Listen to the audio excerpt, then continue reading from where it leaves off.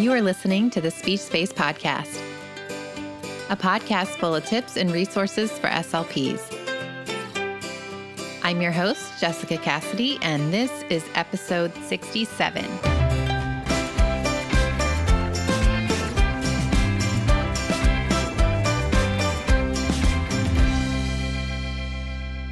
Hello, everyone. Today we are going to be talking about music therapy and why it is so beneficial with board-certified music therapist Stephanie Level. And I just have to say, Stephanie is one of my new favorite people. Her voice is absolutely amazing. And if you're listening to this podcast during the school shutdowns because of COVID, she actually is doing a Facebook Live every Wednesday at 1 p.m. Eastern Time. And she comes on there and she sings songs for the kids, and it's so interactive and fun. And my kids personally love it so much. So we're just so grateful that she's doing that. So you can check her out. Music for Kiddos is her Instagram handle. And hopefully you'll be able to tune in and get to enjoy that as much as I have been enjoying that with my kids. The other amazing thing that Stephanie did is she put together a collection of 10 songs for SLPs to use, and she is sharing that with us on a Google Drive. So stay tuned. At the end of the episode, I let you know how you can access that folder that she so generously put together for us. Before I bring Stephanie on the show, I did want to let you know that this podcast is brought to you by the Digital SLP membership site, which is a site that features digital interactive speech therapy materials that are all teletherapy platform friendly. Due to the current need for teletherapy resources, the Digital SLP membership is currently open for purchase. So if you'd like to learn more, head on over to thedigitalslp.com/digital SLP. All right, let's go ahead and bring Stephanie on the show. Hey, Stephanie, thanks so much for coming on the show today. Thank you for having me. I'm happy to be here.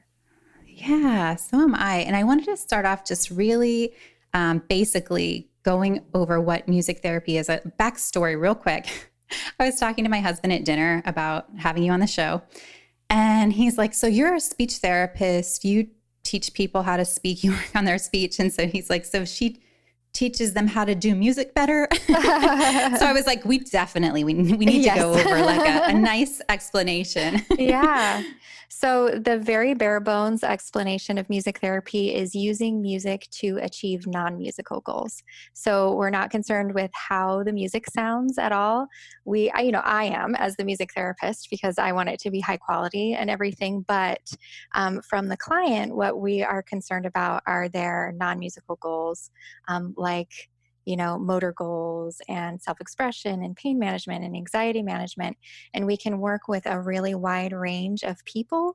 And so it just kind of depends on where we are and what kind of facility we work in and with what kind of people we work with. And I specialize in working with kids. Okay, great. So what type of a setting do you work in, or do you have experience working in?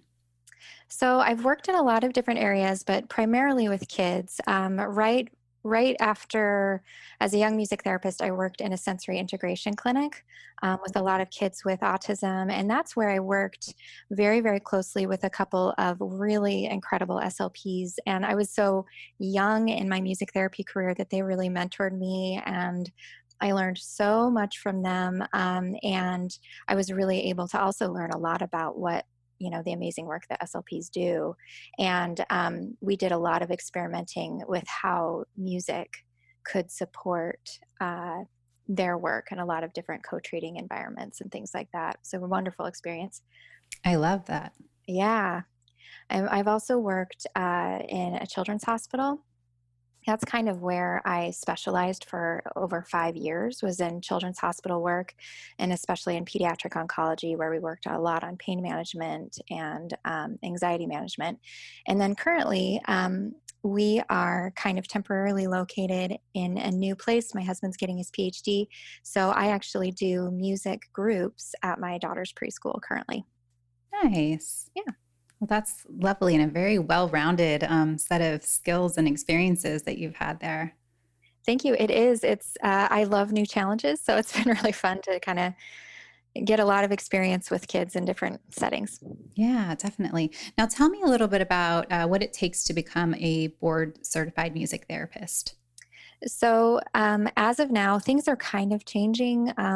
We're looking at a future that's probably a master's level music therapist, but as of now, you can become a board certified music therapist with a bachelor's degree from a specific kind of program, and then a 1,200-hour internship and a license or a certification exam. And so that's what I did. I went to Berklee College of Music in Boston and got my music therapy degree there and did an internship at Massachusetts General Hospital, and then sat for my exam.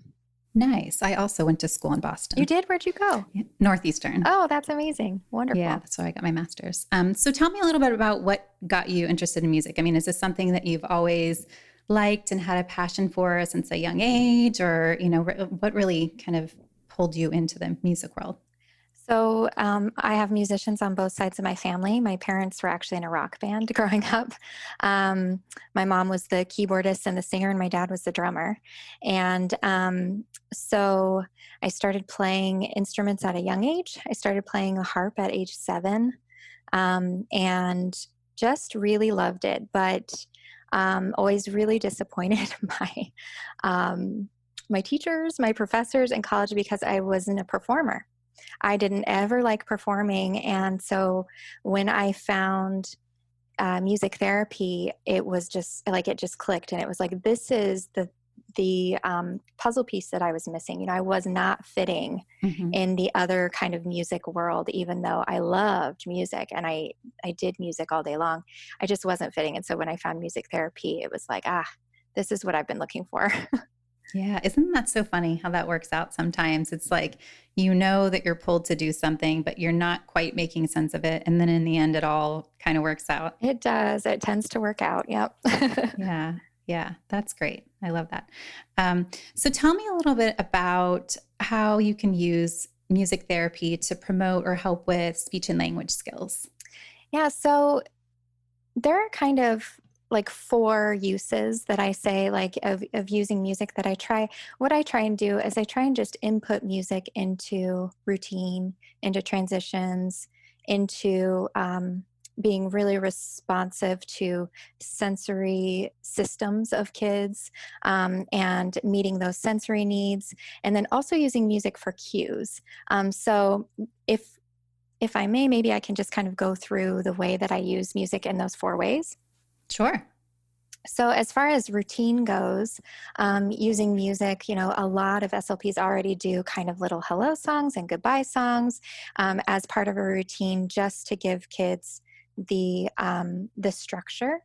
And it's interesting because music is very, very structured, which a lot of kids that I have worked with, especially in a sensory integration clinic, right, um, really, really thrive on that structure.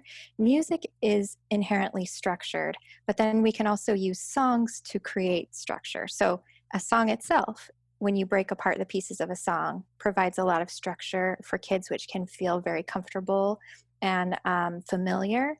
But then also, when you step back as like a bird eye view, you can structure a session to like even further increase their comfort and their ability to work on their goals and objectives. Um, so that's something we might do with routine.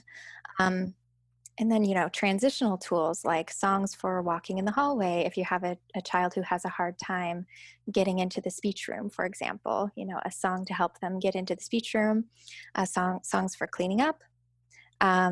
Even families will use songs for challenging transitions at home. So I work with a lot of families who, bedtime is a huge, huge challenge, or even waking up in the morning is a huge challenge. And there's ways to insert music into those challenging times. Getting into the car, that rush and scramble of getting into the car, you can give kids a routine and a structure and a way to kind of organize that chaotic time so that they are able to transition into the car, transition to bedtime, transition for waking up, washing hands, circle time at school, all kinds of things.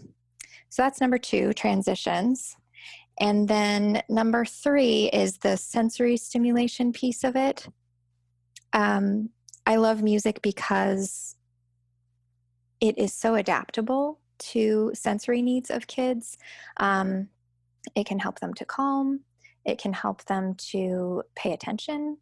And it can also just validate you know, their dysregulated sensory system in general. It can give them kind of a landing point and a stability point. So I do a lot of things like yoga songs, breathing songs, um, different songs to help them calm. Often it's something really important in music therapy that's well researched is that the client's choice is paramount.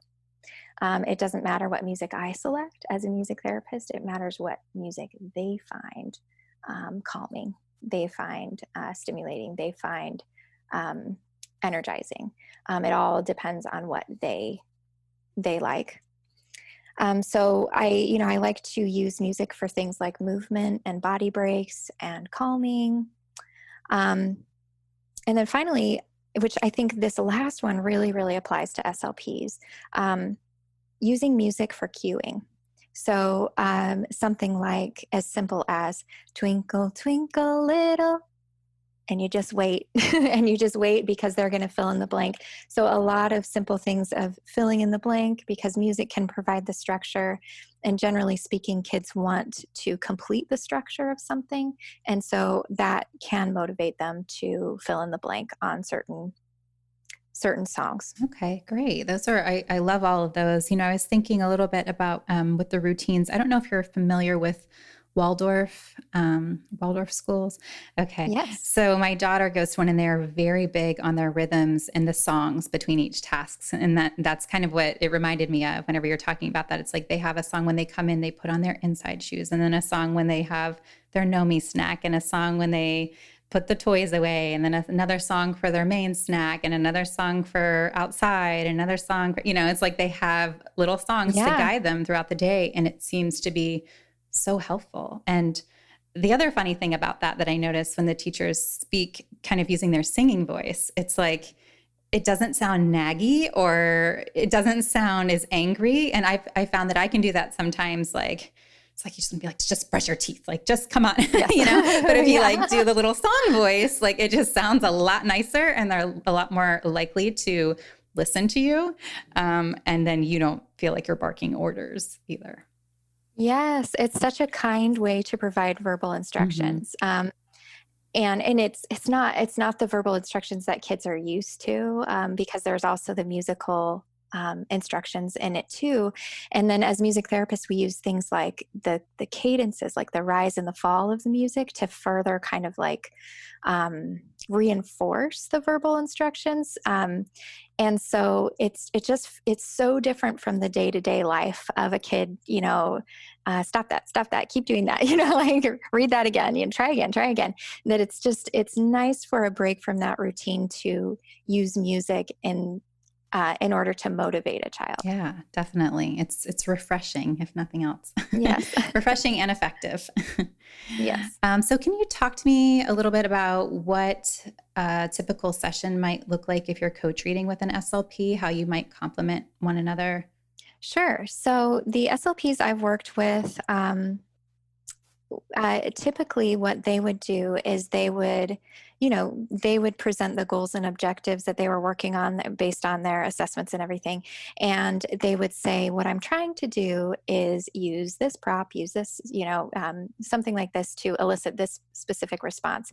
And I would either create a song or create kind of an improvisation, and then reinforce whatever they were doing with music. So you can use things like starts and stops in music. You can use things like those musical cadences I mentioned, like there's a really common musical cadence, like one that you can think of as kind of like the amen cadence. There's cadences that provide a feeling of anticipation. So you can insert those kind of musical cadences into what they are doing in order to reinforce it, so that in order to motivate a child basically to participate more. And then also a lot of times in the kids that I've worked with, it's attention. And I'm able to provide a little bit of variation in sessions. So sometimes I would just come in for a couple of sessions just to kind of shake things up a little bit, provide a little bit of variation to get kind of a new routine going. Hmm. Um, just in order to increase that attention to help a child to sit maybe a little bit longer. Um, and then, of course, we would include things like movement songs and stuff like that to give them body breaks. But really, really fun. I've just always found myself really following the lead of the SLPs that I work with because they were such incredible, experienced SLPs, and following their lead and just supporting what they were doing with music. Okay, wonderful. Can you, for those who are listening who might not know what a musical cadence is, I know you kind of gave an example of the amen. Can you explain what that is? Yeah, it's just so in music terms, if you're musical, you might on the piano, you might play like a G chord to a C chord, and it feels strong. Um, if you are singing, you might do something like a ah, ah, and it feels like it ends. Is anticipatory. I can just hang out there for a while, and it almost like you're like, what, finish, and even to a non-musical person, they can kind of sense that it's supposed to go somewhere. So that is basically a musical cadence. And interestingly, like a lot of kids with autism, for example, there's a higher prevalence of perfect pitch in kids with autism. So that means that if they hear like the buzzer of an electric toothbrush, they might recognize that that is a C, or that is the same note that their clock plays, or something when it rings. And uh, so they have the ability to be highly attuned to music for better or worse. Sometimes it can make their lives really, really challenging because things are out of tune in their everyday life. So you can see them getting overstimulated quickly and having a challenging time coping with their sensory environment. That might be because they are so profoundly musical that they have perfect pitch, that it's just challenging for them to cope with their environment. Yeah. So, with those particular kids, it is very important to use music with them because they can be very, very responsive, but to also be aware of what kind of music you're using, the quality of the music that you're using. Okay. That makes a lot of sense. I've never heard it explained that way, but yeah, that's really interesting. Do you have any resources that a speech pathologist could use in their sessions, or any tips for them? I know you talked a little bit about like with the routines, kind of incorporating some songs in. Um, is there anything that's out there or anything that you offer that a speech pathologist could use in their session? Sure. So I have some of my music on all the streaming services. It's under my name, Stephanie Level, and Level spelled Levell. And there's the yoga song is one that is particularly helpful. There's also a YouTube video of the yoga song that kind of shows you the movements. It's one that a lot of music therapists and teachers and music educators use, especially. And there are a couple of other songs on there, like movement songs and walking songs. And I'd be really happy. I don't know if you have show notes, but I'd be really happy to share a link that has some. I have a brushing your teeth song. I have all kinds of songs that I'll just go through and pick like 4 or 5 that I think would be really helpful for SLPs, and I'll send them to you, Yeah. and they can have them. Yeah, I would love that. I was actually going to say the same thing. I will make sure that whatever you have and mention that I link in the show notes so Okay, perfect. everyone can easily access it. So now what about a speech therapist who maybe has a client or is seeing a student and they're having, um, it's maybe a little bit more of a complex case. What are some signs that bringing in a music therapist could be beneficial?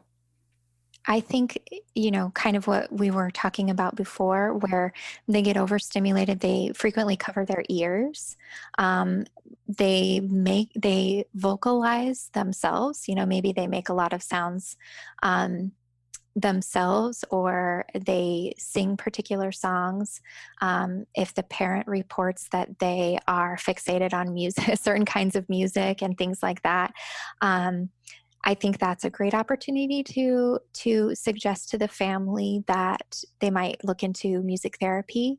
Um, and in a lot of states now, it is a covered service, especially under Medicaid programs. So there's a big increase in access that used to be a huge problem. 5 years ago, it was more private pay for a lot of kids. And there's also a lot more music therapy available in schools. So if you can get it on an IEP, it's typically much easier for the family to get access to. That's great. That's always great to hear that things are moving in the right direction. Mm-hmm. Yeah, that's wonderful. So I wanted to mention that I was peeking around on your Instagram page the other day, and I saw the Grateful Heart video that you did. I don't know if I can link to Oh, that, but I want to. I'm going to try to do that because that was such an amazing song, and I loved it. oh, thank you. I will send it and I'll include it in that pack because I actually just got it professionally recorded this last weekend. You did. And yes, and I'll send it to include. Um, and what I do is I professionally record a children's song once a month, and I send it out. I have a free email that I send out once a month called the Song of the Month Club. And so, yeah, I try and write songs all the time. So that one is my March Song of the Month Club email, but it'll probably go out by the time this goes out. So I'll be sure to include it in that pack. Okay, awesome. Yeah, that would be great. I think that, gratitude's something that I'm always trying to incorporate into, like I just did a blog post. I feel like it was, I'm not sure if I did 5 or 10, but I think it was five videos about gratitude for kids. And I think I did like a gratitude scavenger hunt. So I loved the theme. Oh, thank you. Yes. And everything, all your podcasts and things that I've heard, it seems like we have a pretty similar, you know, um, child-centered kind of approach. And I really admire all that you're doing there too. And I love that your kids are going to a Waldorf school. Thank It's you so amazing. much. Um, okay, so can you tell me, and I will also put this in the show notes, but can you tell me where we can find you, your website, Instagram, all that good stuff? Sure. So I'm at Music for Kiddos on Instagram and Facebook. And then my website is musicforkiddos.com. And on Facebook and Instagram, I share a lot of resources. Like this last week, with the coronavirus, it's time of the coronavirus. I did a hand washing song. And on my Facebook page for the next while all the kids can't go to school, I'm doing Facebook Lives on there where I'm doing a whole 30 minutes of music and story time with kids. And so there's quite a bit on there everywhere, Music for Kiddos. Oh, that's awesome. That's really good to know because I'm actually going to put together, a compilation of links and send them out to my email list. So that this will come out in a couple of weeks, but I'll make sure to put that Awesome. on my list of resources to send out today or tomorrow. All right. Well, thank you so much for coming on the show today, Stephanie. It was really great to hear all of your words of wisdom about music. Thanks for having me. Thank you so much for tuning in. Stephanie is just such a sweet, kind soul, and she created a Google Drive folder for 10 free songs for SLPs to use in their sessions. So thank you to Stephanie. Please make sure that you follow her on Instagram at Music for Kiddos and check out her Facebook page, also called Music for Kiddos, if you want to check out those Facebook Lives on Wednesdays at 1, and send her some love because she is just so generous to provide these amazing resources and songs for us, and her voice is truly a gift. So if you'd like to access that file that I was talking about with all the songs, you want to go to the show notes from today's episode. So you will go to bit.ly, which is bit.ly/music therapy for SLPs. So like I mentioned at the beginning of the show, doors to the membership are now open. If you are looking for a collection of teletherapy platform friendly resources, then head on over to thedigitalslp.com/digital SLP. All right, my friends, that is it for me for today. Thank you again for tuning in, and I will catch you again in a couple of weeks.